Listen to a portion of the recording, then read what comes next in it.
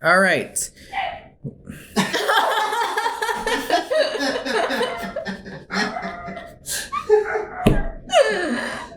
We'll be right back. Oh my god. Okay. Well, come back. Nice. Thanks. That was really good. Thanks.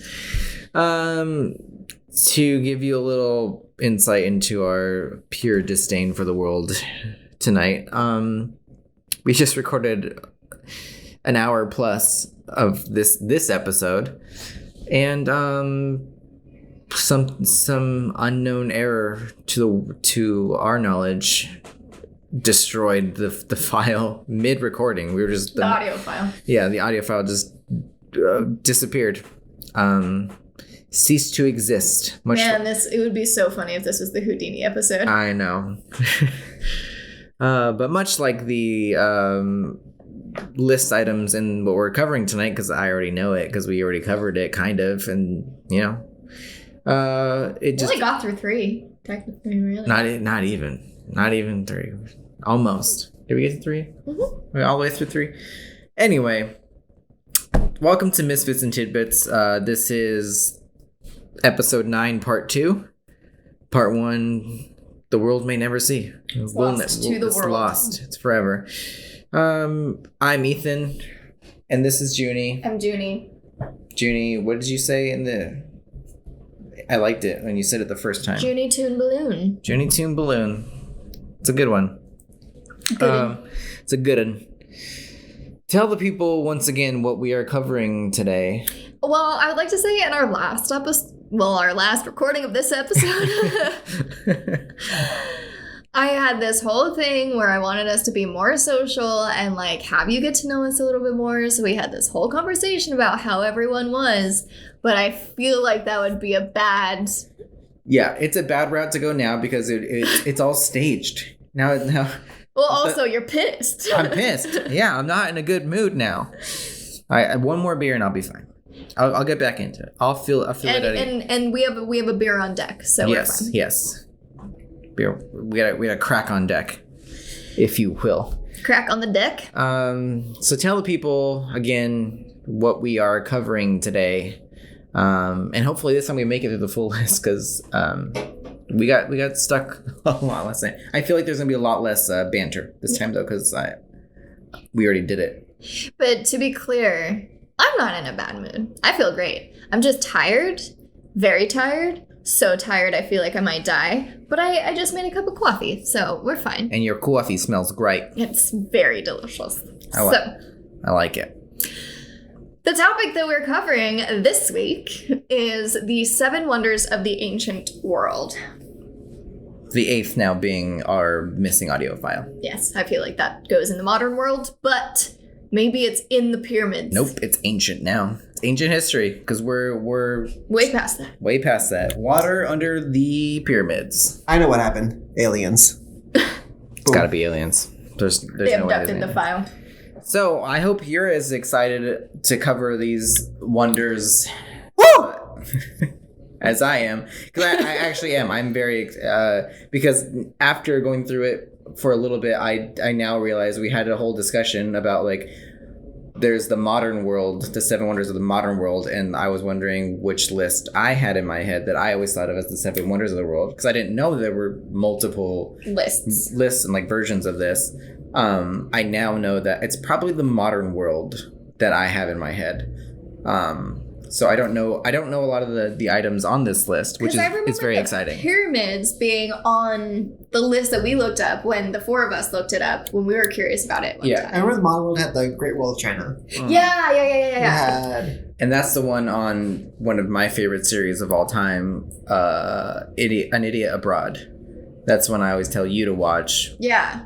And I don't remember the names, but it's run by Ricky Gervais and the other guy that I never remember his name as well. But Carl is the guy they send. He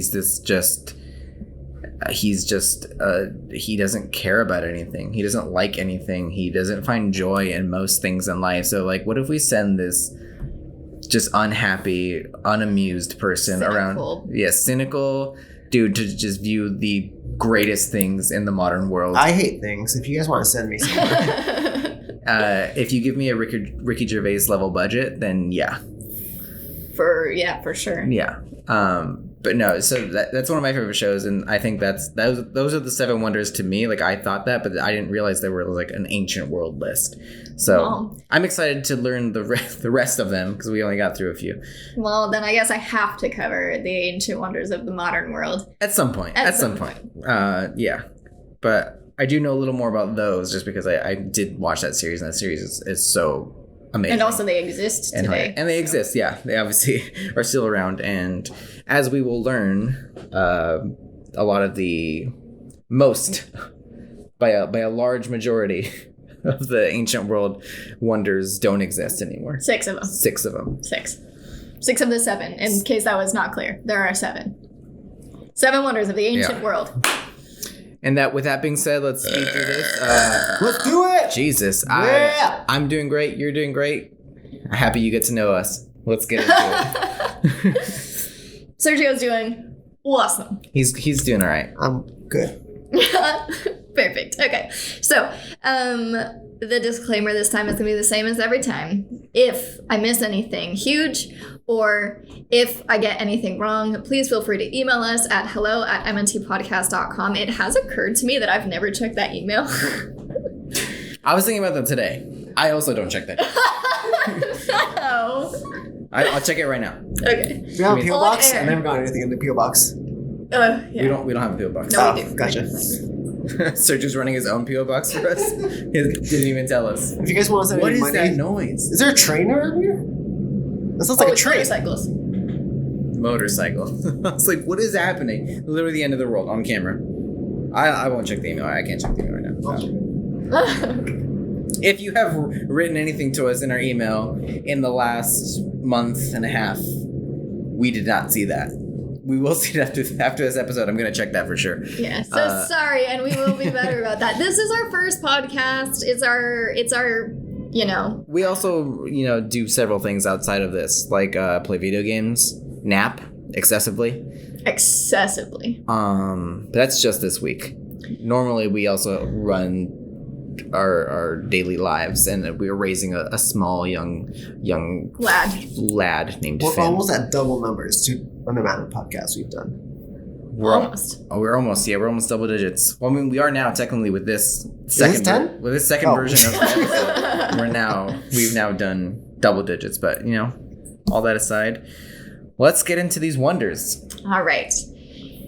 So my sources this week were Wikipedia, www.ancient.eu, and Britannica.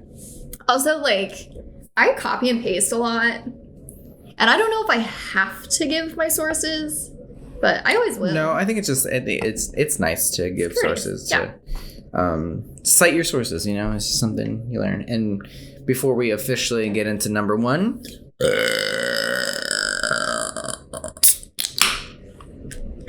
That should be the soundbite at the end. That's a perfect soundbite. That's beautiful. All right, number 1 on the list. So sorry. That's so gross, and excuse me, and I'm sorry. Okay. Anyway, so We already established this is now a burping podcast. it's true, and a farting podcast, but we have yet to fart. So I've been farting for a while. Just the silence. all right, so we're going to start off with an overview of what the 7 wonders are and how they came to be. So the 7 wonders of the ancient world is a list of remarkable constructions of classical antiquity given by various authors in guidebooks or poems popular among Hellenic tourists. And Hellenic, I learned, is another word for ancient Greeks. The list in its current form, though, did not stabilize until the Renaissance, which is not super important. It is just a tidbit that I found. But the first of such lists of the 7 wonders date from the 2nd to the 1st century BC. I'm sorry. I know I asked this question. I forgot. As we know, I don't remember anything. But Hellenics is it's another term for ancient Greeks. But do we know? I don't think I asked. But do you know the origin? Why? Where does the Hellenic come from? No. No, I don't get any of that. No. The Bay, maybe? California. Hella, Nick. Nice. Thanks.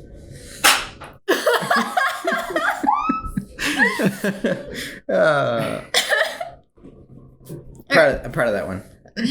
Anyway. Sergio just dabbed into our lighting fixtures. Yes. Sergio almost destroyed his own lighting setup because he dabbed in it. It's worth it.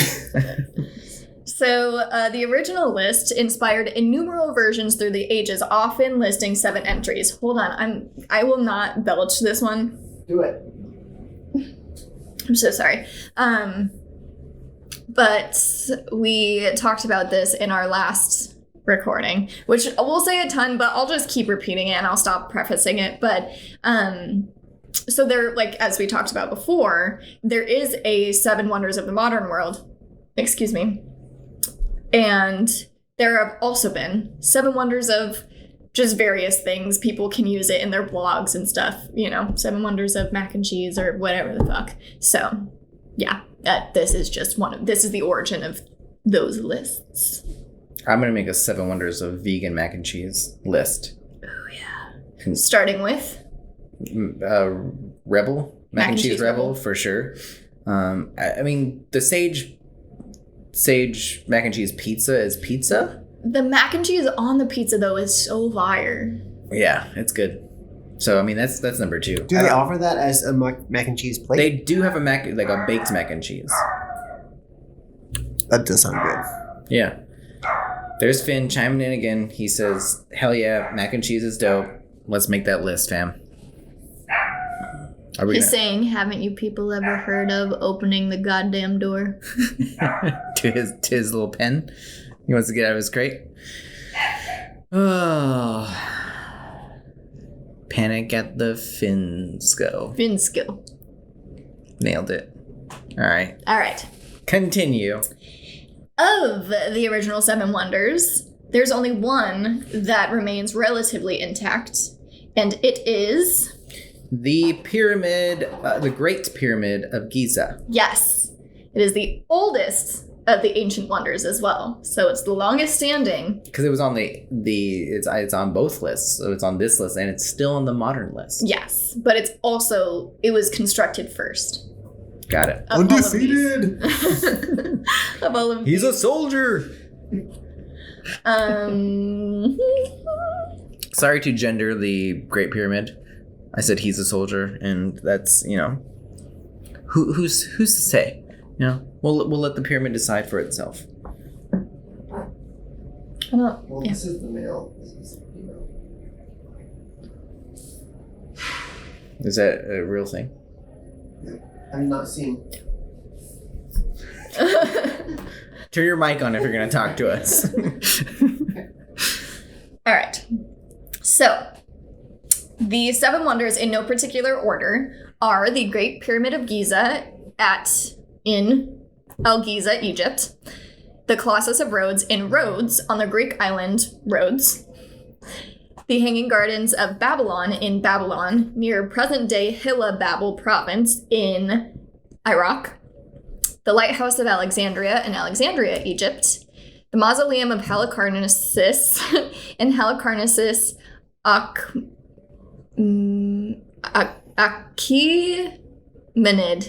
Achaemenid Empire, modern-day Turkey, the statue of Zeus at Olympia in Olympia, Greece, and the Temple of Artemis at Ephesus in Ephesus, which is near the modern town of Selçuk in present-day Turkey. Sweet. There's a lot of cool stuff in Turkey. Yeah, we should go. There's like that underground city in Turkey. I'm already convinced. Like some guy that lived there in like his house, he found it like underneath his house, basically like this like hidden thing. He like just accidentally. Some guy found a city under his house? Yes. Jesus. So he like accidentally like went through like the wall or whatever, and he found like this this thing. I don't know the full story of how he discovered it, but it was like under his house, and then they went into it and they found it was like this. It's a city underneath this part of Turkey where they found like their stables under there, like they had like actual like cattle or like whatever. They had something under there. Like they had stables for it. Like a full city that they said could hold 20,000 people underground. And the thing that is all from Ancient Aliens, by the way. But they also had like their doors to get into it were like locked from the inside. So they were thinking it was like an escape city type of thing where like they could all go underneath and close themselves in, and no one would be able to come in, but they could still get out eventually. But yeah, it was just like this whole crazy like thing. I mean, you can Google it. It's pretty interesting just to hear about the city and what they found underneath and like how many people could live under there. Like imagine a fucking city like literally underneath the ground, 20,000 people. That's my dream, just like finding that. It's so wild. Yeah. It's insane. But that's just a little.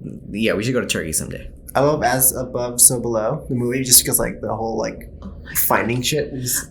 It's the cool. horror version of National Treasure. It's my favorite thing. I love it. Yeah, I love that movie. So, like, I think that it's kind of cheesy. I mean, it is cheesy. It's a cheesy movie, but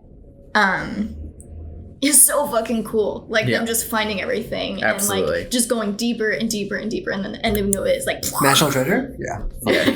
Fuck yeah. Love me a little Nick Cage. Shout out to Dominic's boyfriend Nathan. He is obsessed with Nick Cage. Who isn't though? It's true. It's true. Don't give him too much credit. Now I'm excited for them to visit. Perfect. All right, so the Colossus. Like, who isn't obsessed with National Treasure though? I'm sorry, it's just such a good movie. Who's Sasasi? Who? You see Saw? I see Saw all the time. Okay. The Colossus of Rhodes, the Lighthouse of Alexandria, the Mausoleum at Halicarnassus, the Temple of Artemis, and the statue of Zeus were all destroyed. The location and ultimate fate of the Hanging Gardens, however, are unknown, and there is speculation that they may not have existed at all, which is just... It's honestly wild that it made it on a list, even if it wasn't proven to be. Yeah. It's like, here's all these things that we know existed, there's evidence of them, and then this one thing they're like, maybe it did, maybe it didn't. That sounds kind of cool. But it's pretty dope. We should put it on the list. Pretty dope. It's pretty dope. Let's put it on the list. Place got popcorn? Place got popcorn? Place dope. What the hell was I saying? Anyway. Gardens. There's someone snickering, just like, oh my god, they believe us, dude. It's on the list. They believe it's on the list. The Colossus of Rhodes was the last of the 7 to be completed, and it was the first to be destroyed. It was completed after 280 BC, and it was destroyed by an earthquake in 226 or 225 BC. And that's before COVID, right? Yes, it is. Yes. Yep. So because of that, all 7 wonders, because it was the last to be completed and the first to be destroyed, it is the only one that determines this, but all 7 wonders existed at the same time for a period of less than 60 years. So I'm assuming the statue lasted for 60 years. Yeah. Yes. Got it. Yep. There goes Finnegan. This is a real great episode, y'all. Yeah, I mean, even round 1 of recording this, we had siren after siren and barking spout after. He just won't stop barking tonight. The people outside won't stop screaming about who knows what. They're angry about something, but I mean, who isn't? So we can't really fault them for that. But just the sirens too. It's like, yo, go to bed. Get it together. Anyway, you talked through him barking. That was good. Yeah, he wasn't as loud. He was louder earlier. It was hard to talk through it earlier. Yeah, and there was also Anyway, yeah, they're architectural. So all 7 of them. Their architectural and artistic features were imitated throughout the Hellenistic world and beyond. And 5 of the 7 entries are a celebration of Greek accomplishments in the arts and architecture.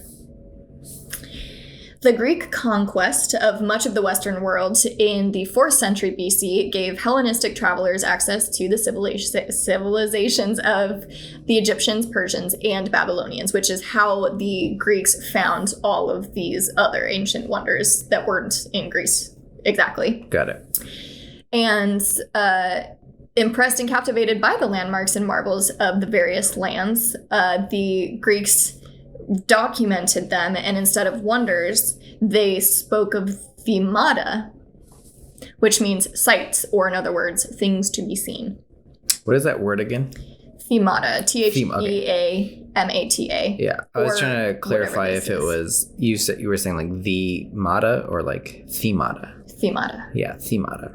Like theater. Theater. Theater mata. Theater mata. Kuna matata. What a wonderful phrase.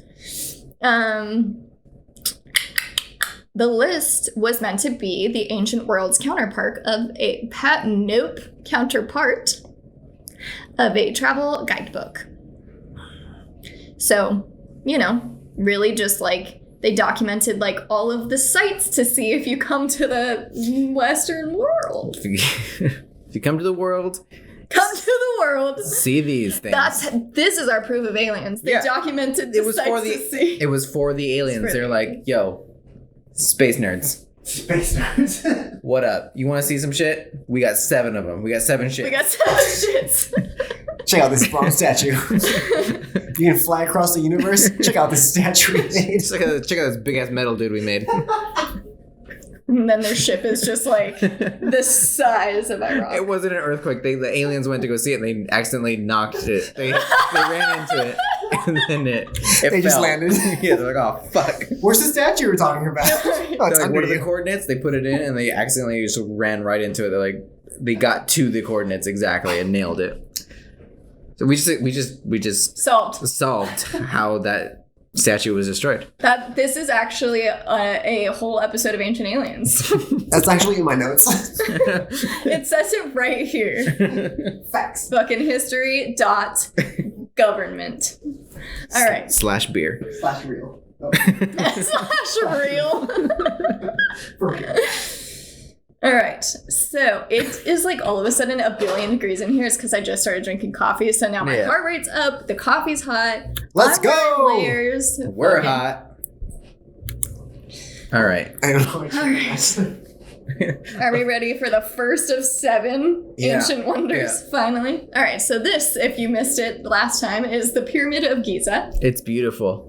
It's huge. Look at how teeny tiny they are. I know. When you see it without people, you're like, that's you're like, I have no actual or gauge of how big that is. But then you see metric, Yeah, you see it with people, and you're like, oh, yeah, every stone is like 3 people. Yeah.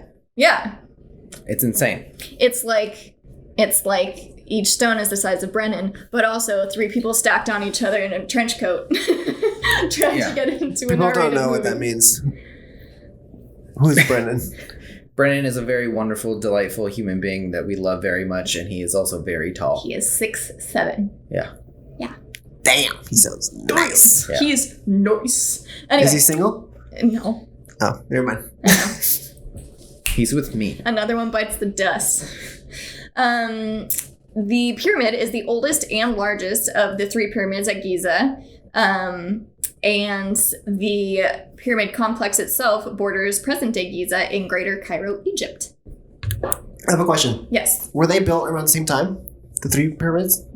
Yes, but this one was the first to be built. Okay. Yes. Yeah. Never realized. And the subsequent ones, I actually think were built for his wife/wives, but that got confusing to me, so I didn't put it in here because there is the Queen's chamber in the Great Pyramid. Yeah, so I was confused about that. But the Great Pyramid was built by Egyptians, and it was constructed between a 20-ish year period from 2584 to 2561 BC. We talked about this, but it does not make sense how they knew exactly what the time frame was. The precision to the year is what is crazy to me. I think it's probably, like we said before, I think it's probably documented somewhere, it's probably within the pyramid, or some sort of, I'm sure they have excavated everything around there, and they've gathered information and all that stuff. So I think it's they probably gathered it from that. I don't think it's they can know. I don't know if they could tell from just looking at it, or Yeah. you know, investigating the Carbon actual. dating Yeah, everything. yeah. I don't think that's part of it. I think it's probably. I mean, it's probably a part of it, but not. Yeah, I think somewhere in there is like a record of like the construction, Yeah. which is like Yeah, documented with like inscriptions inside the pyramid. there's or whatever. probably aliens in that too. They just don't mention that part. That part. It was built in the period during the reign of the pharaoh Khufu of the 4th dynasty. And until the Eiffel Tower was completed in Paris, France in 1889 CE, so our 1889, not COVID's, no, you know what I mean. You get it. COVID even hasn't started yet. Yeah. That's what CE stands for. But 1889 CE, the Great Pyramid was the tallest structure made by human hands in the world. So before the Eiffel Tower was built, the pyramid was the tallest structure made by human hands. So not Which like I think the mountains. Eiffel Tower is in the modern 7 wonders, maybe? I think so. I think? That sounds right. I have no idea. I don't remember. I don't remember. Sorry. No, you're fine. Yeah, probably. It sounds right. But the Great Pyramid held the record for the tallest human-made structure for 3,800 years. And no one really thought that record was going to be broken. That's a hell of a long time to hold a record. Yes, that's almost 4,000 years. I know that you know that, but that's a wild... I know that you know that 3,800 is 200 away from 4,000, but I just want to point it out. That's insane. Yeah, I think that should be a record on its own, like the longest record ever held. Yeah. Record. Yes. Like there can't. I mean, I want to know like what other records are even close to that. Probably the record of the duration of which Earth has been able to sustain life. But Yeah, the person who's been dead the longest probably has the that's longest what record. I was gonna say. I was literally gonna say, like, who's been dead the longest? It's a hell of a record. Hell of a... Undefeated. So weird to Undefeated. think about, like, every person who's ever lived on the planet who's dead on the, like, that's not Most living people now have ever are lived just are dead. Yeah. It's And they're here. They're on the planet. yeah. The parts of them. Their are. matter is. Well, yeah. So, back to it. The pyramid rises to a height of 479 feet, which we found out is 45 stories, like a 45-story building tall. And it has a base of 754 feet, which is about 230 meters. A little fun fact that we also pointed out that I didn't know that you said, because I was saying I've never been in a building that's that tall, and you said that they split elevators in buildings that are like really tall. Like you can only go up so far in one elevator, then you have to take a different elevator, which Okay, but they're on floor 1. yeah. There's a section for floors 1 through 20, and then on floor 1, there's an elevator for floors 30 to 45 or whatever the fuck. Oh wait. So to decrease the time that it takes, If you're going to the higher floors, right? you Exactly. don't have to wait. There are no stops between Yeah. one and Right, okay. or if you're going just to like the 15th floor, you don't have to wait for the elevator to come all the way down from the 45th floor. That makes sense. Yeah. That's not how I heard it the first time. That Yeah. makes a lot more sense. Yeah, Cool. yeah. Sorry. Also, my mood is increasing and everything's getting better just because we're already a few beers deep because we've been recording for a long time. So it's like, I'm just like drunk now. It's like, whatever. Who cares? Also, Let's record this the third time. have you watched WandaVision yet? Yes, I just finished it. No. Motherfucker. What? I was gonna say- I can't do anything right. First, we were mad at him because he didn't watch it. And now we're mad at him because he did watch it. I was just gonna say that it'd be like super nice for us to just go out there after we're done and like eat some more food and watch some WandaVision. But you know what we do have today is the behind the scenes of WandaVision. Ooh. Came out today. That's what we should watch. I mean, it came out 3 days ago because today's Monday. I thought we were going to watch Father of the Year. It's a great movie. Best movie ever. We watch that every week. If you haven't watched it, watch it. That's a weekly movie. Yes. But Yeah, yeah. that's a given. Yeah, but we do have the making of WandaVision, or the behind the scenes of WandaVision, that was launched on Friday, when is 3 days ago. Definitely Not today. right Today now, is today. we- Yeah. Today's Monday. This is live. You want to know what I was thinking, though? Okay, 2 things. One, Division. My mic wasn't on. Let's do that again. Run it back. I need to go to bed after we watch that because I'm exhausted. And 2, what was my second one? I'm just sauced. I don't know. Tell me in my brain, what was my second one? I don't know what we're doing here. You're telling me you're telepathic. No, I mean, I don't know why I'm here. Oh, what I was going to say is I think it'd be cool if we did a stream episode. Oh, yeah, absolutely. That's like a bonus episode. We talked about that, yeah. Oh, Cool. I mean, I think it was the other night when you were sauced. You were very soused. Yeah, I gave you 1 too many drinks. 2 too many. Probably 3 too many. 3 too many? You only had 3, and they were all too many. The last one I didn't even finish. You did. No, I didn't. Pretty much. There was melted ice in the bottom. That was about it. But yeah, we discussed it then. So we would love to do a live stream episode. Yeah, maybe on a Friday or something, or a Thursday. Like and subscribe to this podcast and this specific episode if you'd like to see us do a live recording. Yeah, or just let us know. Hit us up on Instagram.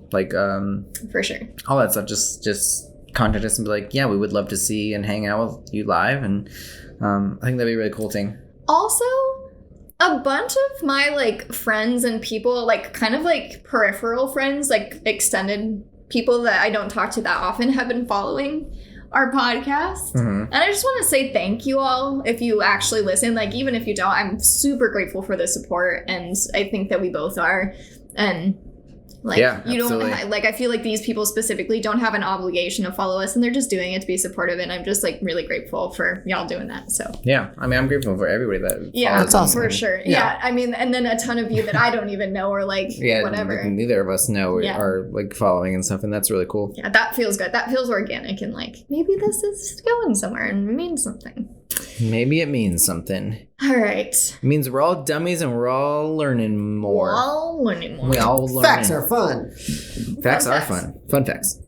Speaking of fun facts, I do have a really good post-episode tidbit for y'all. This might be an hour and 54 minutes if we don't speed it up. Well, yeah, let's run. Let's go. All right. Keep it going. How the pyramid was built still puzzles people in the modern day. So even now, we have no idea how the fuck the pyramids were built. You don't have an idea. Sergio and I know. Those are aliens.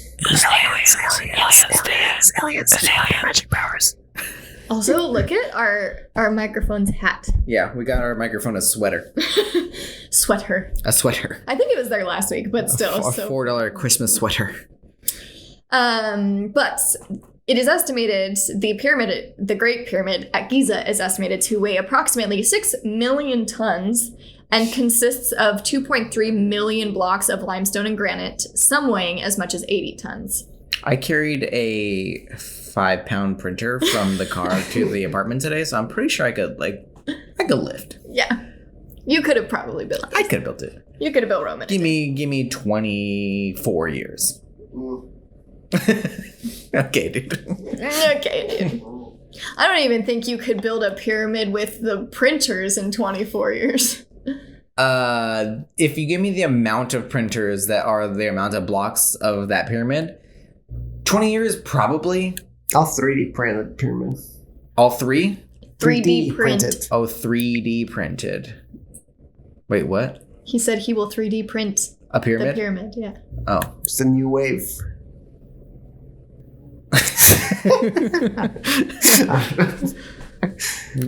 Let's continue to our research here. So once the blocks were cut, they were carried by boat either up or down the Nile River to the pyramid to construct it. And it was estimated that 5.5 million tons of limestone, 8,000 tons of granite, and 500 tons of mortar were used in the construction of the Great Pyramid. That's what gets me. Just thinking about the mortar. The mortar is what holds the the Stones together. the stones together, and it's like just the mortar, the stuff that's in between that little thin layer when you're laying tile and stuff, like that little thin 500,000 tons of just that stuff. Could have just said 1,000,000 tons, or 1,000,000. Oh, pounds. 1,000,000 pounds. Whatever. Anyway. Math. The pyramid was originally covered in limestone casing stones that formed a smooth outer surface. But what is seen today is the underlying core structure, although a few casing stones can still be seen at the base. And it was built by extracting huge stones from a quarry. Is that what we said? A quarry. Quarry. Yeah. Quarry, and lifting them into place. But there are varying scientific and alternative theories about the exact method of construction. Aliens! I would give a lot to see.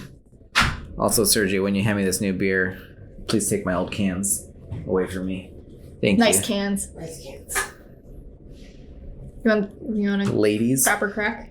I'll give a proper crack, and I'll finish my thought. Wait, I think Sergio also has a proper crack. All right, Sergio, dual crack. You go first. Ready? Yep. Oh. I don't know. These beers have some. They really they shoot out. They do. I know. Mine didn't. I think I learned from the first one, but what do you be doing? It's from Independent Craft. I was just looking at that. Yeah. My thought that I'm going to finish is I would love to see the pyramid in its like finished form, because like you said, like all the limestone casing has like deteriorated or whatever has gone away. Like, I think that because you look at it now and it's just all like the granite, it's also like deteriorating and stuff. But like, imagine seeing it just like pristine, a glistening, just pristine my understanding, limestone. it's like just beautifully like the color of it. It's limestone, so like the color like shines and reflects and exactly. Yeah, like I would love to see it. Like, and obviously all of that's gone. Most of it's gone now. We should petition to restore it with limestone. With limestone. We'll do it. Yeah. Yeah, Ethan, he carried a printer. I lift printers. He carried a printer for almost a few blocks. My goodness. Egypt, if you're listening, hit me up. All right, so check that email, make sure. They've already hit us up. Dude, they knew. The aliens prophesized you coming back. I mean, I always get, emails from people across the Middle East, and it's always about money, and I write it off. I'm not gonna fall for that twice. Your tax write-off? I did it? What? No, what? Write it off in your taxes? Yeah, I write it off my taxes. I take the money, and then I write it off in my taxes. All right, so let's just get through this. Okay, the other ones are gonna go by fast. This is the longest Yes. of the. We're ahead of last schedule. We're good. Yeah.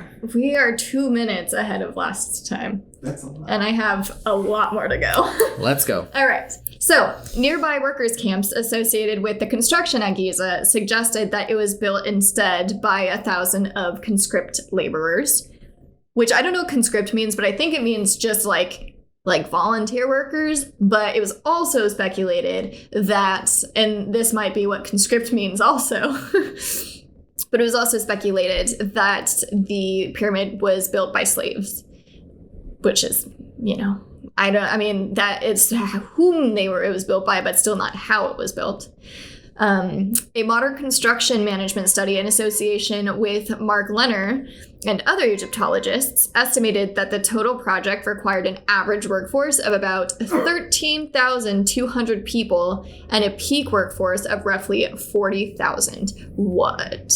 And that's what they said that it should have taken, but what was reported was 1,000. The worker camps nearby indicated that there were like 1,000 workers. Got it. But so that's just what what the evidence suggests, yes, right? Exactly. Okay. So that could just be off. Like they could just not, because obviously it's all speculation at that point. But okay.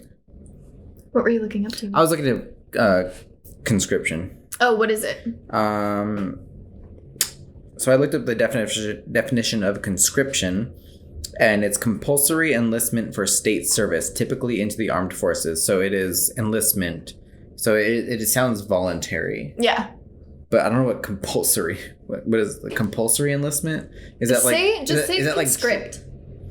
Is that like a draft situation? I know exactly. So it still could be. Because enlistment, but then compulsory enlistment. Yeah. Which might be forced, which I don't know what compulsory means. Or like mandated, basically. Yeah. Compulsorily, typically. Okay. So same thing. They just keep giving me the word compulsory, and I'm not sure what that means. I'm stupid. Compulsory. Required by law or rule. Okay, so they were slaves. It's not necessarily slaves, but it was a draft sort of situation. They were slaves. At the very least, it was a draft situation. At the very worst, slaves. Slaves. Yeah, but it's usually for like military purposes. But this was not. This was labor. Forced labor. Is slavery. Yeah, but maybe they were building it to battle aliens. No. I don't know. It's probably slavery. Whatever. So there's also the theory of ramps running around the outside of the structure to move the blocks into place so that they would just like slide the things up and then put them in place. But this has been largely discredited. The logistics of raising and positioning some of the stones so precisely seems an impossibility by modern standards. So we were talking about this, but even now it seems impossible to duplicate the precision of the pyramid as it stands. And there's a really long quote that I have in here, but I'll just kind of sum it up and say that the grade at which the ramp could have possibly been built in order to be physically possible for people to push the blocks up the ramp is 8%, an 8% grade. And so that's for a 2-ton load. So like one of the blocks or whatever. But if that's the case and they could only make it 8%, the ramp would have to have been a mile long to get to the top of the pyramid by the time it was done, which building something like that would take just as long as building the pyramid itself. And as many materials as what you said, right? So it says at the very end of it, it says workers would have had to build the equivalent of 2 pyramids in the 20-year time frame. So Sorry, that's a quote by Breer and Hobbs. Like every level of the pyramid, they have to rebuild that ramp, pretty much. Exactly. So, although many theories persist as to the purpose of the pyramid, the most widely accepted understanding is that it was constructed as a tomb for Pharaoh Khufu. And inside the pyramid, there are 3 chambers.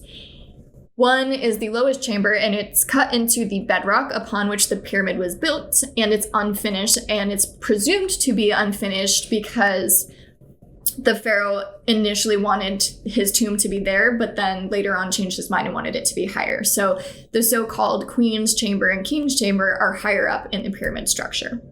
I find that little fact to be kind of funny just because, like, an unfinished basement is such a... I know, that's like such a modern thing. It's like a little trope kind of thing, and like houses, like it just feels like there's always like an unfinished basement. Yeah. And like that's so funny that literally the Great Pyramid has an unfinished basement. That's so funny. Above the floor in the King's Chamber, there are 2 narrow shafts in the north and south walls, and they were long believed by Egyptologists to be air shafts for ventilation, which I don't understand. Like, it's a tomb. So why would you need ventilation? Unless it's like for the workers when they're working, but like they should also be working on the outside to build the blocks on the outside.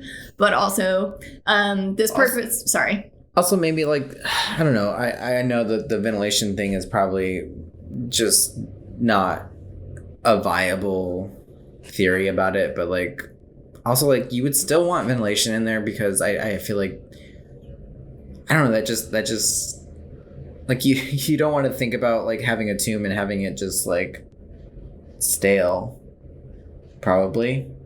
Why would it matter? I guess it doesn't matter. I don't know. But anyway, this theory was long ago abandoned because it was actually replaced with a theory, and the more likely theory, that the shafts served a ritualistic purpose associated with the ascension of the king's spirit to the heavens. So it was not meant for air, but for spirit passage. Yeah. The original entrance to the pyramid is on the north-facing side, and it is 56 feet up or 17 meters up, and it's it is 7.29 meters or 23.9 feet east of the center line of the pyramid. There is also an elaborate passage system within the pyramid to get to its different chambers, which is why I was saying that, like, if people are traveling or whatever, but they could have also just been traveling to put the tombs in there, or like the sarcophagi, whatever. Yeah, but there's also a tunnel now known as the Robbers Tunnel, which is used for modern entrance for tourists, but the origin of that tunnel is unknown. But all of the pyramids in the complex, fun fact, have been looted. So it's speculated that that could have been the source of the Robbers Tunnel, which is why it's called that. It was me. I looted them in Assassin's Creed Origins. I did that. I don't know why, but my glasses are really hurting my head right now. I'm so sorry. I wear them all day, every day. No. I even nap in them on accident. I nap in my glasses all the time. It's ridiculous. That's why they're Broken. broken. I gotta pee. Okay, well, good, because we just finished the pyramid. All right, let's take a wee break, and we will be RB.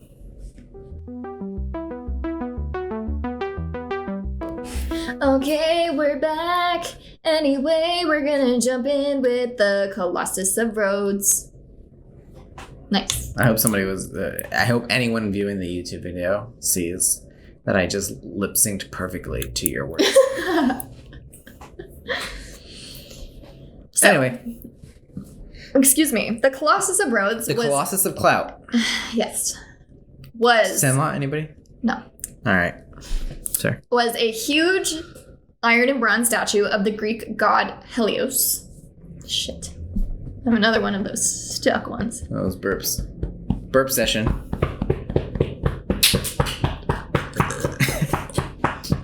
Came out. That was All it. right. Thank you. So in ancient Greek religion and myth, Helios is the god of personification of the sun, often depicted in art with a radiant crown and driving a horse-drawn carriage. It says chariot. Chariot. Chariot. Carriage. He drives a carriage. Carriage to the sky. Horse-drawn chariot through the sky. He was a guardian of oaths and also the god of sight. As we discussed, this man wears many... He's not a man, he's a god. This god wears many crowns, many hats, many bags, carries all the bags. He's got a lot of baggage. A lot of baggage. So... Hit him up, ladies. lady gods, or as I say, goddesses, or what would you call a non-binary god? God. Well, I mean, like... That's what I make people call me instead of queen. Yes, God. The Yas God. But I was trying to think of, like, yeah, I was just like, because inherently God and goddess is like man, woman. It's like, but it's like actor and actress. Oh, that makes sense. That makes sense. I was thinking like baby type of thing, but like God version of it. Yeah. But yeah, that makes sense. Anyway, this God holds a lot of weight. Yes. Very much. He's the god of basically everything other than peanut butter. Mm-hmm. It's true. Definitely the god of sliced bread for sure. Yeah. The statue itself was built by Charles of Lindos, and it took 12 years of construction and was completed in 280 BC on the Greek island of Rhodes. Before being destroyed in an earthquake, the Colossus of Rhodes was 70 cubits tall, or over 30 meters, which is 100 feet.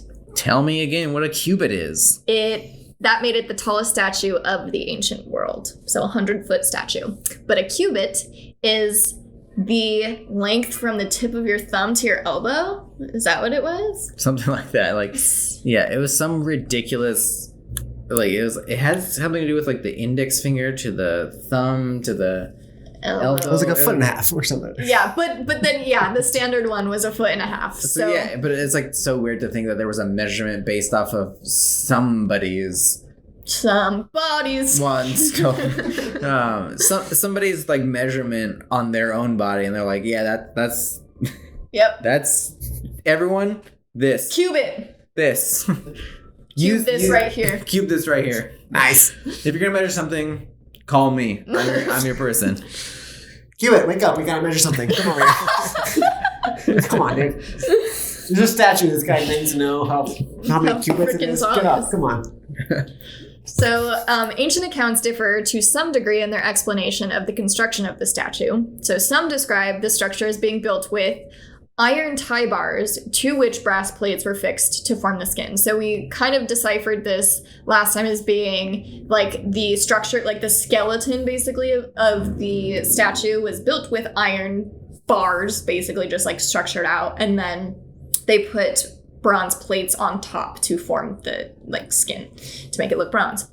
And then in this proposed construction of the statue, the interior of the structure, which stood on a 15-meter high white marble pedestal near the Rhodes Harbor entrance, it was then filled with stone blocks as construction progressed to weigh it down. Keep it bottom heavy. Yes, exactly. So the big boy don't tip over. By the alien ships. By the alien ships. Other sources, though, place the Colossus on a breakwater, which is a barrier built out into a body of water to protect the coast or harbor from the force of waves. So not directly in the harbor, but out where the breakwater is. This reminds me of Nerd Alert. It reminds me of Game of Thrones when Arya is just going into the city of Bravos, right? Mm-hmm. And she's going to the House of Black and White, and they see the big bronze statue who protects the harbor. Aye, senpai. That's exactly what I imagine. How many cubits is that statue? 6. That's it? Yes. It's 9 feet tall. How big is cubit? It's 6 of Helios cubits. So 6 of that statue. 6 times 70. 6 of his statue. Not cubits. Arm length. That's what I'm thinking. 420, dude. Nice. That is literally 420 feet. Nice. Nice. Anyway, nice. Yeah, that just reminds me of it. It reminds me when he tells the whole story of it like coming to life when like the enemies come or whatever. It like protects the harbor. Got it. Yeah. And it being in the harbor to protect basically is what I think of. So or on the breakwater. I imagine it was inspired by something like this. Yeah, for sure. In this case, much of the iron and bronze was reforged from the various weapons Demetrius's army left behind, and the abandoned second siege tower might have been used for scaffolding around the lower levels during construction. So, if you're going to ask who Demetrius is, I'm about to tell you. I would never ask that. In the late 4th century BC, Rhodes allied with Ptolemy of Egypt to prevent a mass invasion staged by their common enemy, Antigonus I Monophythalamus. Yes, that's the name. So in 304 BC, a relief force of ships sent by Ptolemy arrived in Rhodes, and Demetrius, who is the son of Antigonus, that's probably how it's pronounced. Just found that one out. Anyway, so Demetrius was the person who was actually fighting on behalf of his father. But when the relief force was sent, his army abandoned the siege and they left behind most of their siege equipment. Yeah. So that is what was speculated to have been used to build the bronze statue. That's a power move.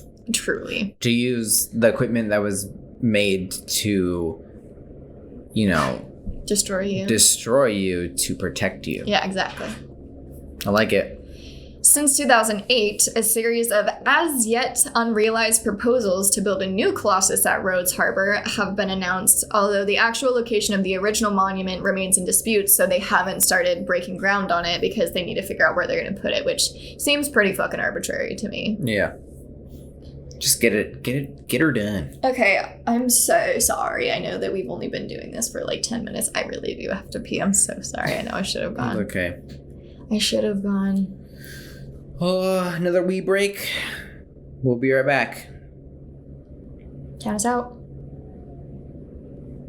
8, 7. 3, 2, 1. Stop.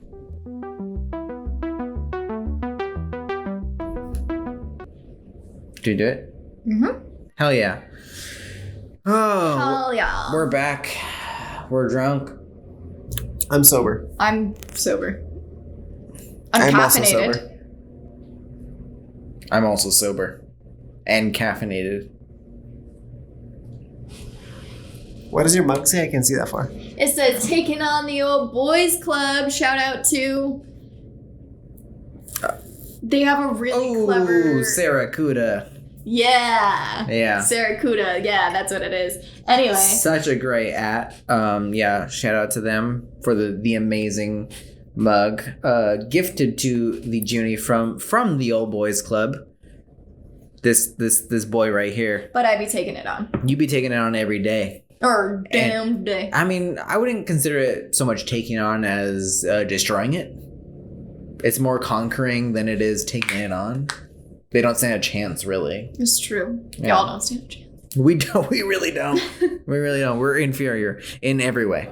All right. Okay. Before we dive into number 3. Yeah. Number 3. Let's get some double cracks in here. Ready, Sergio? Go. Right. I got it all over my mic. Oh, it happens. It happens. Let me suck it off. I'm so excited for you to hear that. I'm gonna have to listen to that. You literally Also, just. look at this. You are. I know. I welcome. see it in the sound wave over here, It's like your sound waves are usually this big. and the then all of a sound sudden wave there's is like this big. there's a huge just block of. Should I suck? Please don't lighter? suck. Please don't suck anything ever. Oh, I'm sorry. I mean, suck some things, but like, we'll get into that later. We'll talk. We'll have What? We'll have an adult talk later. We'll talk shop later. I'm child. We'll talk shop later. We'll talk about what we're gonna suck from here on out. But for right now, Okay. Okay, you both suck. Let's get into it. Nice. why are you yelling at me? Because I need to crack into this. All right, let's go. Let's go. All right, so the third of the 7 wonders is the Hanging Gardens of Babylon, which are hotly disputed whether or not they existed. So this is what they are supposed to have looked like. So if they were constructed around 600 BC. And the Hanging Gardens of Babylon were the fabled gardens which adorned the capital of the Neo-Babylonian Empire, built by its greatest king, Nebuchadnezzar II. Babylon, in case you were wondering, which I was because I had no idea, was the capital city of the ancient Babylonian Empire, which itself is a term referring to either of 2 separate empires in the Mesopotamian area in antiquity. Which is super confusing to me. Because it's referring to either of 2. Yeah. And it's like, Yeah. well, it's an empire referring to 2 empires. Yes. Super confusing. Yes. Also, Okay. Nebuchadnezzar was the name of the ship in the Matrix. It's the only way, that's the only reason why I know how to say that. Right. It's a cool name. Yeah.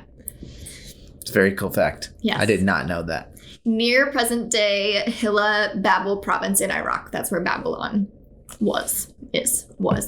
Was formerly known as. Yes. The artist formerly known as Babylon. Of the 7 wonders of the ancient world, the gardens are the only wonder whose existence is disputed among historians. So to date, there's no archaeological evidence that the Hanging Gardens existed at Babylon. Same line that I fucked up last time.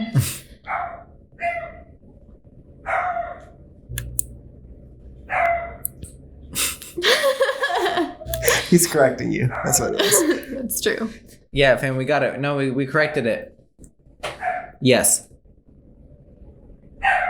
Next time. No, but we're recording, so can we talk about this later? Thank you. I want one of his little... Those little baby It's ones. like a little fine. Fine. So it is possible that evidence exists beneath the Euphrates, which cannot be excavated safely at present. The Euphrates flowed east of its current position during the time of Nebuchadnezzar II, and little's known about the western portion of Babylon. So the evidence of the gardens could exist, but because it cannot be, the Euphrates cannot be excavated to see if there's any evidence of it, we don't know for sure. And we don't know why it's unsafe. Correct. Yeah. Yeah. Okay. So the gardens were described as a remarkable feat of engineering with an ascending series of tiered gardens containing a wide variety of trees, shrubs, and vines, resembling a large green mountain constructed of mud bricks. Sounds sexy. That still gets me. Mud bricks. Sounds so sexy. What accent? What voice is that? It's kind of like the hormone monster in Big Mouth. Okay. It seems very like country music star. Also that. Like one of them. I'm not sure which one. That's It's like a little. It's like a little bit Reba. A little bit rock and roll. A little bit rock and roll.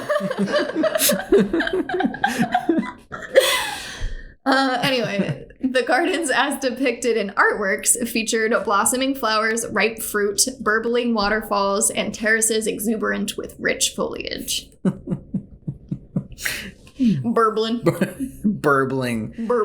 Also, They were burbling. Sounds like a great place to pick a pear and read a book. Yeah, pick a pear and read a book. Pick a pear. Hey, I'm picking a pear and eating a book here. I love that you just cracked yourself up with that one. It hit me like a brick. Hit me like a mud brick. So stupid. All right. So, anyway, the idea of cultivating the gardens was purely for pleasure as opposed to the production of food as gardens were. You know, things were typically built, well, I mean, not in like Greek times, ancient Greek. I feel like they were pretty opulent, so not super, my point was not going to be super made by what I was going to say, but I was going to say, you know, like gardens were typically made for utility, not for like just beauty. But these were just made for beauty, and they were known as a paradise. Or as Coldplay would say, paradise. Nice. You're welcome. Ha! All right. The exotic nature of the gardens compared to the more familiar Greek items on the list and the mystery surrounding their location and disappearance have made the Hanging Gardens of Babylon the most captivating of all 7 ancient wonders. Ready for the 5th? 4th, yeah. As I said before, I think I also am very captivated by number 3, the Hanging Gardens, because they are disputed, because like they're a mystery, because we don't know that they actually existed, but like they still made it onto a list. I'm so not confused. I'm so surprised. That's it. That's the word I was looking for. I'm so surprised you didn't ask me how we know, like what evidence do we have that they ever existed? Yeah. Ask now, ask. That's fair. But also, like, I think it's the same reason that I find them to be like very captivating, because like I like the mystery. I like the. That's what I said. So let's keep it there. I like the whole like, did it? Mystere. I like the mystique of it.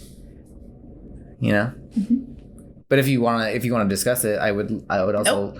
No, you don't want to discuss. You don't have any information on it. No, I do. Well, tell me then. No, you said it was mystery. Well, no, now I want to know. It was in some literature, but not enough to be substantiated. Literature. How much literature does? 3. Okay. There's 3. There's only 2 literature? 3 literatures. There's only 2 literature now. So what constitutes 1 literature? Is it like a cubit? Is it like a cubit? Cubits and literatures? Yes. It has to be a book that reaches from here to here. Aye, senpai. Got it. So 3 literatures. And be at least this thick. Uh, All right. Ready? Yeah. Let's right. go to number 4. Unknown territory here. We're doing it. What? We did it. We did it. Wait, we made it past where we were. We reached the part of the unknown. Literally, though, at the exact minute that we did last time. So that's exciting. And we're recording still, so. And it's working. We're not dead. We're not dead. He's like, not fucking funny. No, I guess we don't have a YouTube video this week. This year. And also, we don't have a photographer, so if anyone's in the market. I guess I can't point to the camera because you're not recording. Yeah. Let's get into number 4. All right. Number 4. The number 4 on our list. My hopes and dreams. Sorry, I hit the button. The actual number 4 is this beautiful, beautiful lighthouse of Alexandria. I'm really interested in what this is because you just hear it and you have no idea what. Right, yeah. I mean, it's like a lighthouse, but like, what the fuck? I mean, also like... Also, light didn't exist then. Yeah. Like, light existed, but like light bulbs. Think about like what... Light didn't exist. Okay, think about a fucking lighthouse. Okay, no, I know. You're saying electricity didn't exist. No, light bulbs didn't exist. Yeah, that's what goes into electricity. But like, I love the line. No, just keep going. Light didn't exist. Didn't. It's so funny. But also like, we just like looking at these photos because they're all things that are basically they're depictions. Yeah, they're depictions of it. So it's a drawing, like I wouldn't say ancient, but it is like, an old drawing depiction of what this was supposed to look like. So it's not even like a photo. I'm not seeing what it actually looked like. So it's hard to like imagine. They're like Renaissance paintings. Yeah, it's hard to like fully imagine like what that looks like. I'm so curious what it looks like. I need to see this right now. You need to see the photo right now? Can I see it right now? You can come over here and look at it. I think I can actually. No, I can walk over there. Okay. All right. Because we can cut this. Oh, that's very detailed. I was not expecting something that detailed. Yeah, it's like the land surrounding it and everything. Yeah. It's really cool. It's like a full image of it, but it's still a drawing. Like you can't fully. I was expecting like scratchy, like no, like almost like just like a little blueprint drawing. Yeah, so like, no, but it still looks fucking cool. Yeah, so the Lighthouse of Alexandria was built on the island of Pharos outside the harbors of Alexandria, Egypt, around 300 to 280 BC. During the reigns of Ptolemy the First and the Second. So if you remember, helped the other foos beat the other foos who left their siege weapons that built the statue of Helios. Yes. That guy. Nice. I retained something. This brain ain't just a fucking hat rack.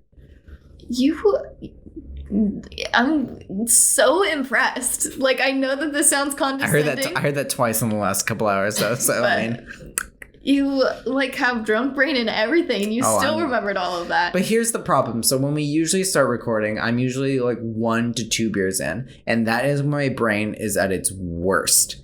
But then past 2 beers, I'm like, I'm a pretty solid person. He's at 6 right now. This is 6, in case anybody's curious.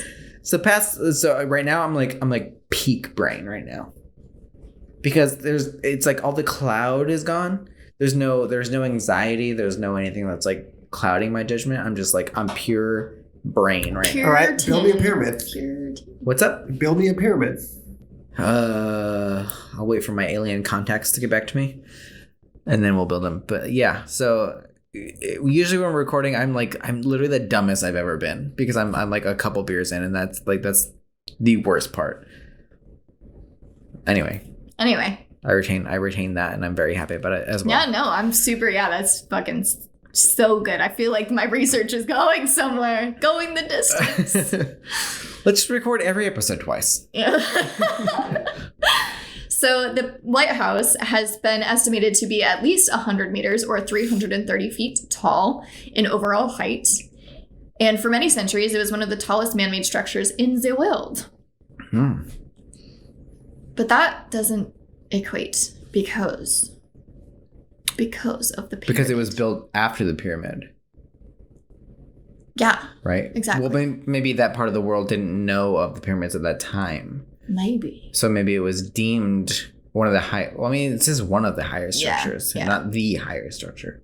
Oh, is it? Right. Oh, one of the tallest. Yeah. Okay. Yeah. Yes. Okay. Yeah. No, you're right. You're right. So even if they knew about the pyramids, it could have been deemed one of the highest. Not the tallest. Okay. Yeah.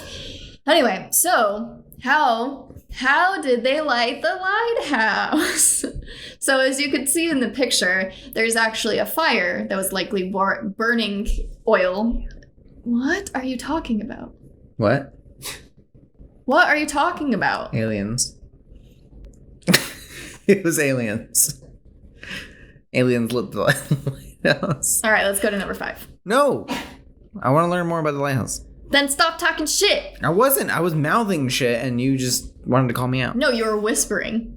I was literally just mouthing. I didn't make You were whispering. I could hear it. That's how I knew that you were whispering. We could check the mic. Oh, okay. Let's check the mic. Let's fucking run this shit back because I promise it was audible. Anyway. I heard that. Exactly. You heard because that was an accident, but the rest of it you didn't hear.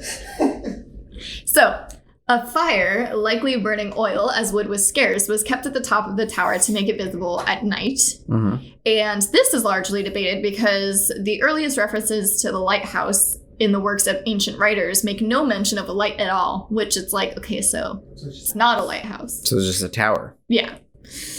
But later sources do describe this structure as a lighthouse and not merely a landmark tower useful only during daylight. According to later Arab sources, there was even a mirror, presumably of polished bronze, to reflect the flame over a greater distance out to sea to guide sailors. Yeah, so that was a really fun tidbit that I found. That's really interesting. I like that. Legend has it that the people of the island of Pharos were wreckers. They just literally were just known to wreck ships. That's what that means. Wreckers? Yeah. Like literally wreckers. Yeah. Like they just wreck shit? Yeah. Hence, Ptolemy the First had the lighthouse built to help guide ships into the port at night. To keep them safe or to... Yeah, to guide them. Okay. So that they wouldn't wreck their ships. What the fuck did you mean? Well, I thought that he was like... let's guide them in here and just fucking wreck their shit. Oh, no. That's what I was thinking. I was thinking it was like it was a guide to be like, hey, come here, and then it just get wrecked. I thought it was part of the scam. I thought it was like, I thought it was like a full governmental scam from the top down. Y'all are on some. You need some gold? other Hold on, brain. give me a second. Yeah, Come here, buddy. I know we're on a different level right now. Yes. I'm so sorry. So, the lighthouse was severely damaged by 3 earthquakes between 956 AD and 1323 and became an abandoned ruin after the third. Goddamn earthquake, just crushing windows. It's true.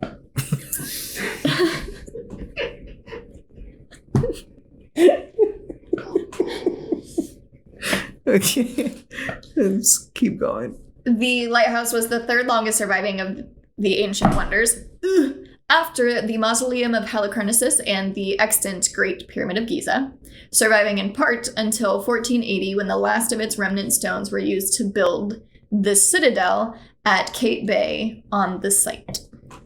Nice. So that bay that you saw around the lighthouse was used to build structures. So they use the remnants of the lighthouse to build the citadel. Nice. And we're going into the... Nope. In 1968, the lighthouse was rediscovered.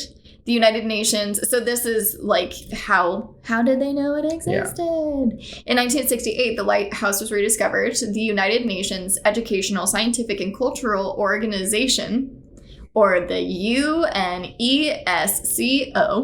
UNESCO... UNESCO? Yeah, but the really long term for it, sponsored an expedition to send a team of marine archaeologists led by Honor Frost to the site, and she confirmed the existence of the ruins, representing part of the lighthouse. Sick. Yeah. Cool. So that's how they knew it existed.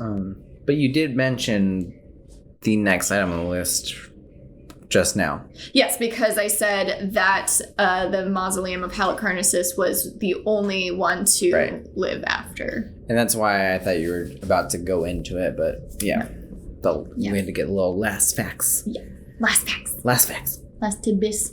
All right. Squeeze the tidbits out of that one. Next, number 5. We in 5? 5.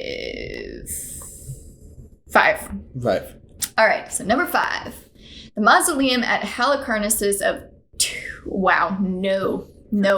Mausoleum at Halicarnassus, or Tomb of Mausolus, was a tomb built between 353 and 350 BC in Halicarnassus, which is present Bodrum, Turkey, for Mausolus, who was a native Anatolian from Caria and a satrap in the Achaemenid Empire, and his sister wife Artemisia II of Caria. So I break down that whole thing because that was a lot of information and a lot of words that I had no idea. Yeah. What they were. So this is what the mausoleum looks like. Yeah. It goes outside the picture. That's how big it was. That's freaking wild, dude. So stupid. So It's pretty up. Mausolus was a native Anatolian. Anatolia is a large peninsula in Western Asia. It said he was a satrap of the Achaemenid Empire. So a satrap is a governor. And the Achaemenid Empire, also called the First Persian Empire, was an ancient Iranian empire based in Western Asia found by Cyrus the Great.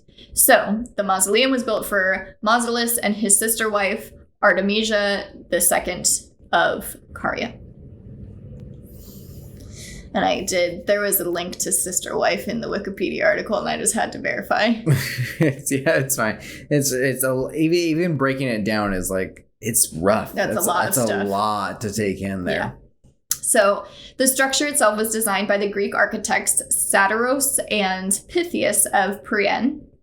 The mausoleum was approximately 45 meters or 148 feet in height, and the four sides were adorned with sculptural reliefs, each created by one of four Greek sculptors: Leochares, Bryaxis, Scopas of Paros, and Timotheus. Excuse me. So each side was designed by a different sculptor. It's pretty sick. Yeah. It was bounded by 36 columns, and the top formed a 24-step pyramid surmounted by a 4-horse marble chariot. It was very, very big and opulent. What's opulent? Huh? What is opulent? What does that mean? Yes. Like adorned and expensive. Sick. Yeah. You can Google opulent just to make sure. Yeah. Ostentatiously rich and luxurious or lavish. Exactly what I just said. Yeah. Like everything I own. What is ostentatiously? Is that? Is that how you spell ostentatious? No. It's O. That's what I was thinking, but... That's what I thought. Okay. Oh, okay, yeah. Okay, so no. Never mind. So, yeah. Oh, to impress or attract or notice, whatever. That's not. That's a terrible word. Yes. So, blah, blah, blah. It was destroyed by successive earthquakes from the 12th to the 15th century. The last surviving of the 6 destroyed wonders. These fucking earthquakes. Yeah, but this one wasn't just one. It was successive, a series of yeah. them. Yeah. Better than that fucking statue. Dude, what was happening with the earth at that point? Fucking rip Pangea. Vibing. It was vibing, dude. Literally vibrating. Literally shaking things up. So, in the 19th century, a British consul obtained several of the statues from Bodrum Castle. These now reside in the British Museum. So, that just basically meant that they got a lot of debris from this area as like evidence of stuff. So in 1852, the British Museum sent the archaeologist Charles Thomas Newton to search for more remains of the mausoleum specifically. And Newton excavated the site and found sections of the reliefs that decorated the wall of the building and portions of the stepped roof. He also discovered what was a broken stone chariot wheel, which was some 2 meters in diameter. So that fucking chariot on the top was 2 meters. And it can, the wheel was 2 meters? Yeah. It's a big fucking chariot. Yeah. Yeah, it said, which came from the sculpture on the top of the mausoleum. That's a monster truck chariot. Yeah. And finally, Charles Thomas Newton found the statues of Mausolus and Artemisia that had stood at the pinnacle of the building. Fuck yeah. Yeah. So that place sounds tight. Yeah. I know, it doesn't exist anymore. Yeah. That sounds but great. All of this shit sounds so tight. Yeah. All right. I would love to have seen it. So we're at 6, I think. Yeah. Yeah, we are. So now we are to the statue of Zeus at Olympia. I know Zeus. Zeus. He's in films. Aye, aye. This would be my number 1. Perfect. This is your number 1? I'm excited. Yeah. Yeah. Yeah, you're going to be excited about what no one knows what you're talking about because the ranking was in the first recording. I was personally ranking these. Yeah. I said I wanted a ranked list because this is an unranked list. This is out of order, no actual hierarchy of the order, and then Sergio said he was gonna give me a rank list the whole time. This is my number one. So apparently this is number one. You have no clue what is other. No, but I'm excited for this, and I think it's gonna be this is God. This is Zeus. Yeah, Hercules. Have you not seen Hercules? Hercules. Right. So, the monumental statue of Zeus at Olympia in Greece was created in the 430s BC under the supervision of the master Greek sculptor Phidias. I don't have my glasses on. I'm so sorry. That is what it says. The huge statue was bigger even than that of Athena in the Parthenon. Parthenion.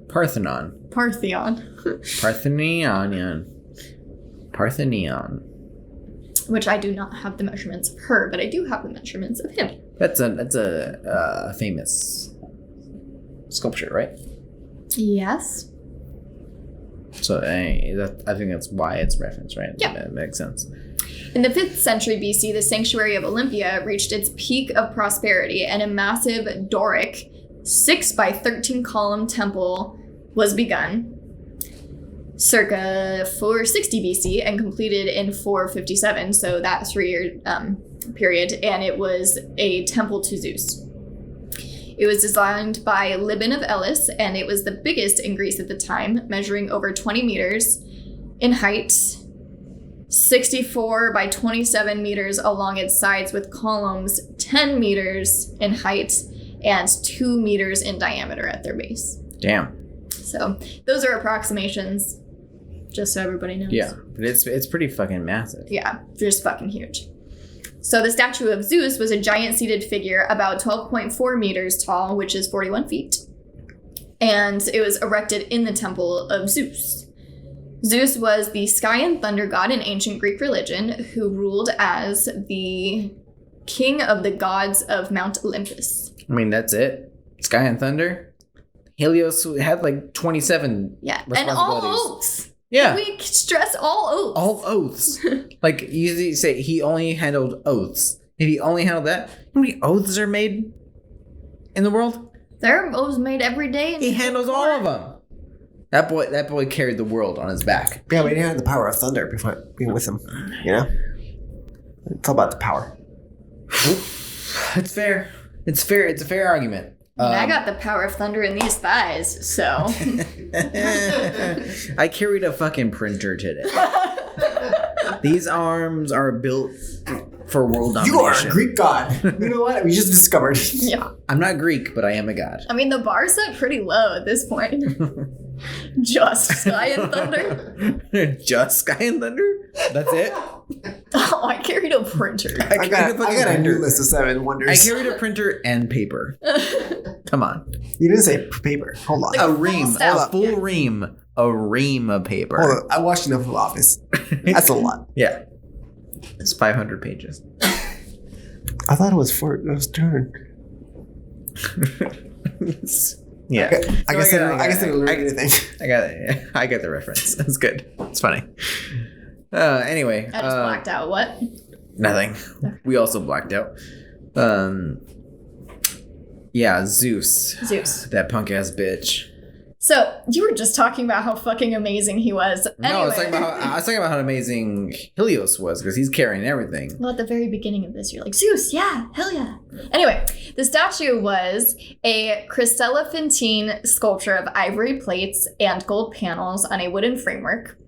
Zeus sat on a painted cedarwood throne ornamented with ebony, ivory, gold, and precious stones. It's a lot of materials. Lots of material. Question. Roll back up, because I can't. What's the word? Roll back up. What? No, go. Chris. Yep, that one. The fuck does that mean? Explore. Chryselephantine. It's a sculpture made with gold and ivory. Oh, chryselephantine. Well, that's a much easier way instead of having to Google everything. Yeah, that's really cool. Yeah. Like, I want. That's my goal for 2021, to work in chryselephantine into a natural sentence in conversation. Okay, you're on. I'm gonna do that. I'll be there to hopefully witness it. Okay, so the clay molds discovered in Phidias's workshop for a similar statue suggests that it was first erected there in pieces.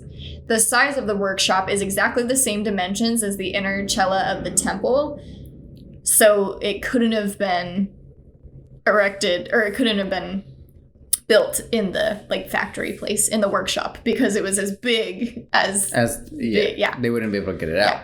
So it was suggested that it was first erected in the workshop in pieces and then reassembled in its final destination. And the wooden core could not have been fully sculpted, or the molds would have been unnecessary to shape the outer gold pieces. So it was a molding situation.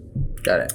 The statue was worshipped by pilgrims from across the Mediterranean, and it inspired countless imitations and defined the standard representation of Zeus in Greek and Roman art in sculpture, on coins, pottery, and gemstones.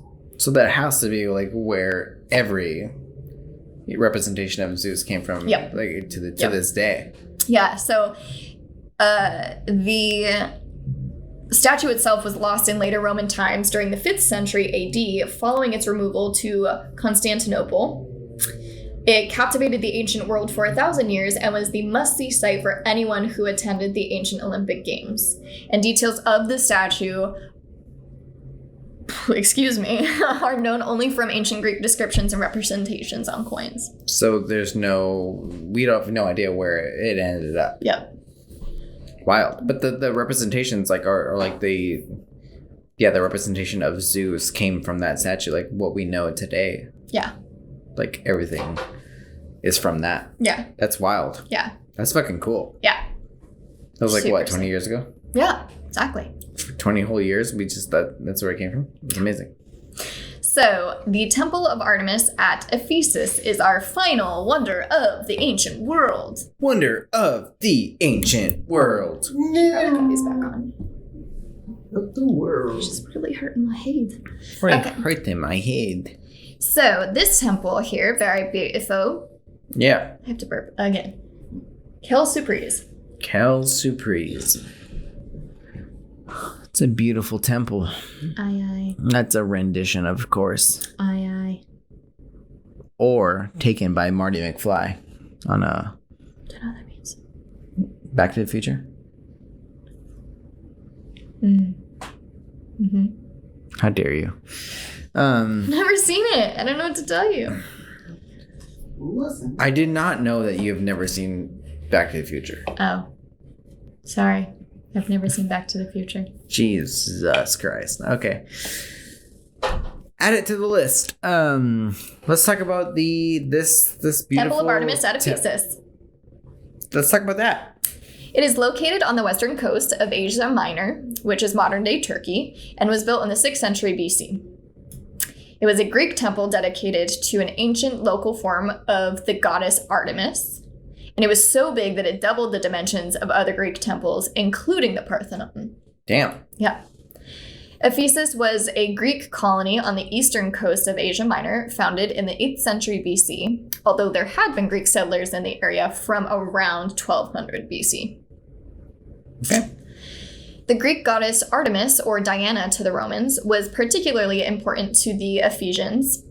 Artemis was the goddess of chastity, hunting, wild animals, forests, childbirth, and fertility. Now that is a god, man. Yeah, even she had more than fucking Zeus. Zeus had what, 2 things? Yes, this is chastity, hunting, wild animals, forests, childbirth, and fertility.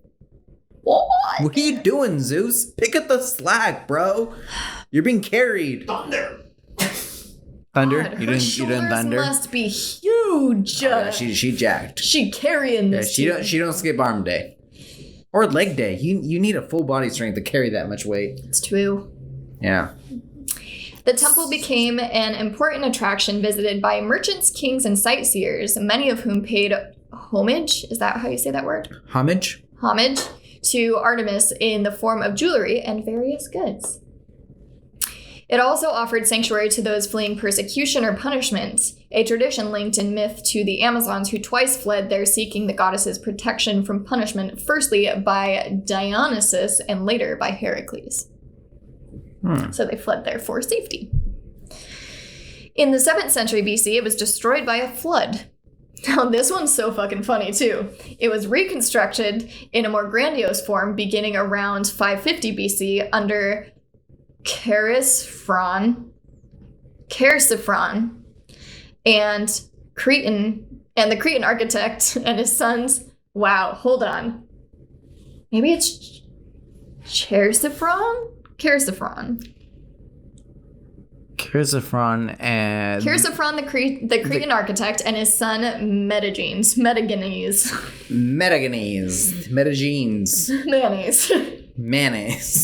His mayonnaise son. Yes. Mayonnaise. It was destroyed again by a deliberate fire in the 4th century BC and then rebuilt again. Round 3. The Great Ionic Temple survived until late antiquity and the Gothic invasion of circa 267 CE. It was also rebuilt in 401 CE, and it was torn down for the last time by a Christian mob. The fucking Christians. Jinx, you owe me nothing. Ew, gross. Also, just what upsets me so much is like how much history and how much like is lost by Christians. History is written by the winners. Yes, which is the bullshit. exactly. But that's the problem because they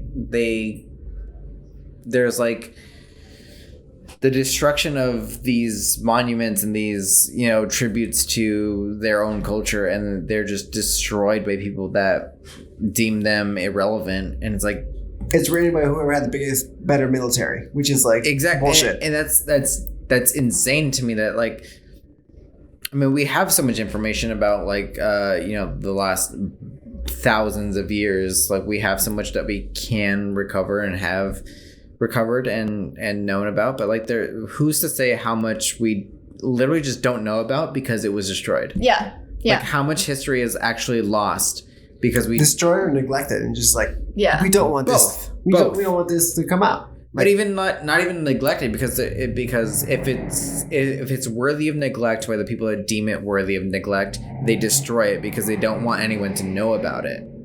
Or they don't care enough, so they could just not care enough. But if they didn't care, they wouldn't neglect it. That's the point. Is like, they wouldn't neglect it. It would still be in existence. It would just be neglected. But the point is to erase it. I don't think that's true. I don't think it's that black and white. That's not black and white. I don't think it's black and white at all. I think it's just like, there are things that are, if it was ignored, it would still be there. They would just not pay attention to it, and it's there to be. No, it could still be in the way. They could just not care about it. Well, so then they would just destroy it just because they don't care about it, not because they want to hide it.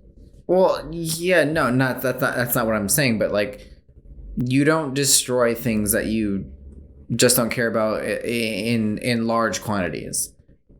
Like, there would still be evidence of things that you like. There are things I think that like could be lost to history completely because it was destroyed, not like it was damaged by history, right? And we only know parts of it.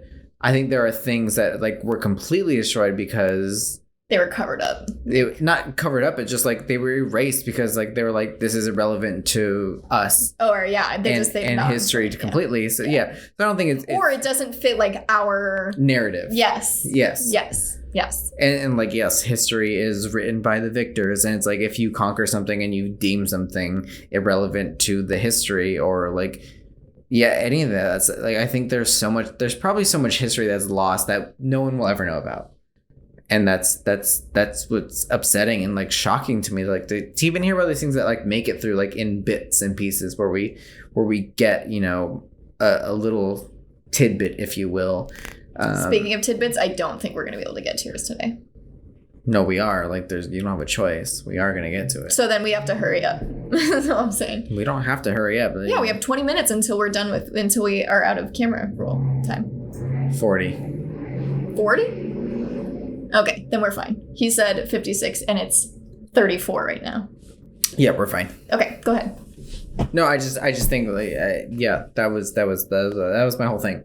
is that I think there's so much that's probably lost, which is crazy to think about, that we have so many and that we'll never know. Yeah, exactly, because we have so many small things that are pieced together, and we draw these conclusions and these stories about like what we know about the world previous to our modern world based off these like small things that we know. But like if you think about it, like even in the modern day, like there have been so many things that have been like so there have been so many resources poured into like erasure in like certain cultures and stuff. Like think about it back then, like we don't have the same technology. We don't have, you know, people monitoring constantly to think about, we don't want this to be lost to history. And it's like back then they could have erased the completely huge things that like we will never know about. And there's no evidence to support it because it was erased. It was gone. And that's just insane to think about, like how much could be lost. And we're trying to rebuild that from the little things that we know. Yeah. That's it. That's the end. Thank you for coming to my TED Talk. You're welcome. So today, the only the foundations and solitary column stand as a reminder of this site where the mausoleum, is that what we're talking about? Or no, it's not a mausoleum, it's a temple. Excuse me. Where the temple once stood in the ancient Mediterranean. So the Seven Wonders label has spawned innumerable versions among international organizations. I'm sorry? International organizations, publications, and individuals based on different themes. Works of nature, engineering masterpieces, construction of the Middle Ages, etc. Its purpose has also changed from just a simple travel guidebook to a compendium of curious places to a list of sites to defend or preserve. And maybe one day we will cover the Seven Wonders of the modern world. I hope so. Yeah. Yeah. Those are fun. Those are really fun. Just gonna put my disclaimer here too. If I got anything wrong, or mispronounced anything, or left out something that's super interesting about any one of these seven wonders, please feel free to email us at hello@mntpodcast.com. And before we dive into our last fun tidbit provided by this guy, this foo right here, we're gonna take a little wee break. Okay. And when we come back, fun stuff. Fun stuff!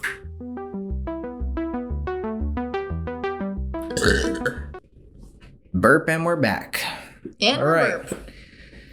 Now that we've covered the seven wonders of the ancient world, and they were wondrous. I agree. And ancient. And ancient. And ancient. They were also ancient. And they were also of this world. No, they were out of this world, dude. Out of this world, bro. I mean, at least one of them was. Pyramids. Aliens. I have a little fun tidbit for the audience this week. I'll find it here. Page 30. Jesus Page Christ. 69. It's a very interesting one, and He has so many notes. it's only one page. Last week was 2 time it pages. was two. Okay, last yeah, week was okay. 2 pages. I got 1 page this week. But I think Sergio and I were like looking to see like what we can, like what are our curiosities right now, and we did extensive research into, you know, it was like hours and hours of multiplied by 0.2. I lost so much sleep.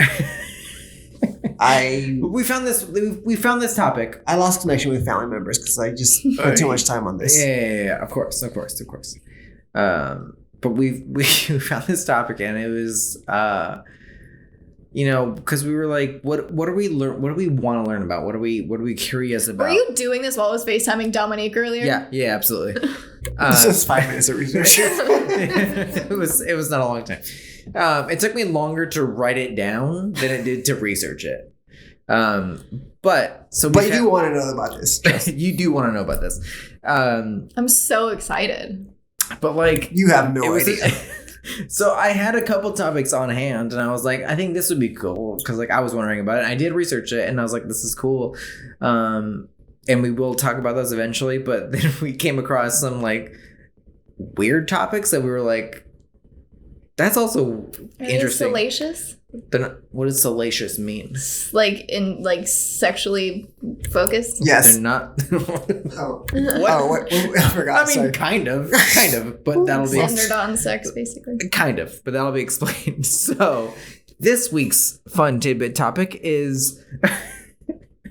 So Now fun. it sounds, it's funny in my head saying it now because it's salacious. Lay it on us. This week's. Salacious, having or conveying undue or inappropriate interest in sexual matters. Oh, not inappropriate. I mean, kind of. I mean, not inappropriate, but anyway, this week's topic on these little fun tidbits is where did it sounds so ridiculous in that context. Where did graham crackers come from? What is the purpose? What is the invention of graham crackers? And yes, it has a sexual context to it. Fun fact, my grandfather worked as a Keebler elf. Keebler doesn't make graham crackers, but that is also a really fun fact. I really love that fact. His nickname is also Pinky, and he's one of the best men I've ever met in my entire life. Yeah, he's a good man. Anyway. So if you're wondering how graham crackers connects to, sexual tension. I was thinking about that the other day. And I was Why do I confused. always get at least half chub when I'm around? Full a chub. graham cracker? No. Full chub. No, full chub. Full chub. S'mores, rock hard. Ethan, tell me why. What's up? So apparently this was a trend on Twitter and TikTok in the recent months. But Two things I don't use at all. exactly. So once I went into the research and I saw that it was a trending, and I was like, if it's trending, why did I not know anything about it? And I was like, Twitter, TikTok, I was like, oh, the two things that I'm not involved in at all. Yeah. So of course I didn't know about it, but so some of our listeners may know about it. It was in January of this year that it became a famous a trending thing. But graham crackers were started with the intention of stopping sexual desires by a Reverend Sylvester Graham. He was very obsessed with celibacy? No, with healthy living, which, I mean, celibacy probably fell into that category. I don't know. He believed that meat and fat increased lust, which, I mean, no. Okay. Like, not it. That ain't the take. No. But Cap called. yeah, That ain't it. Cap called. It ain't it. But he believed that lust could cause very serious physical ailments, such as epilepsy, spinal disease, and even early death of offspring. Oh, that one's actually true. Totally fucking. I was like, wait. Podcast canceled. We have a psychopath in our midst. Yeah, so he thought, like, literally the early death of your children could be caused by lust. No fucking. By your own lust, not their lust.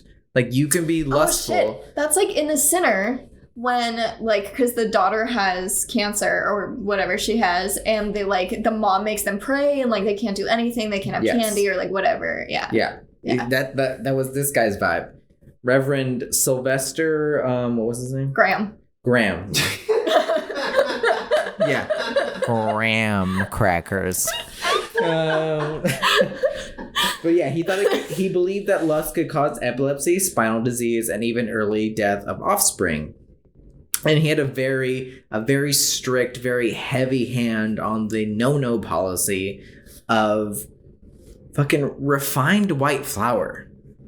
He was like, white flour? Nah. We don't do that.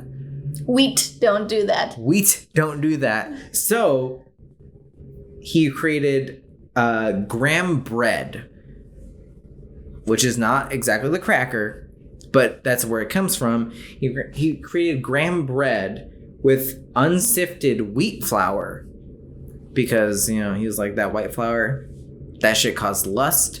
Lust causes epilepsy and the death of children. I mean, he's onto something there.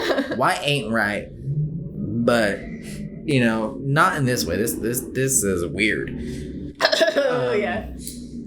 It is hotly debated whether or not he is the inventor of the graham cracker, because there are records of it being created in 1829, which could be possible for him.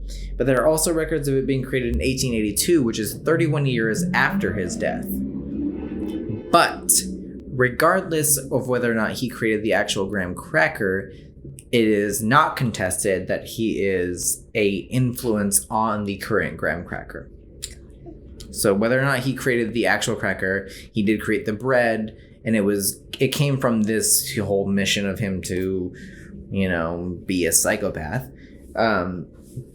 But regardless, for them to be like an anti-aphrodisiac instead of an aphrodisiac. There it is. Exactly. So there's no doubt he was an actual influence on the cracker.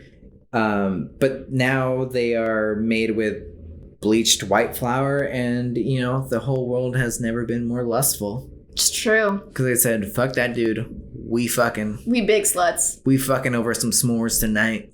Get that fire lit, baby. And that's the story of the graham cracker.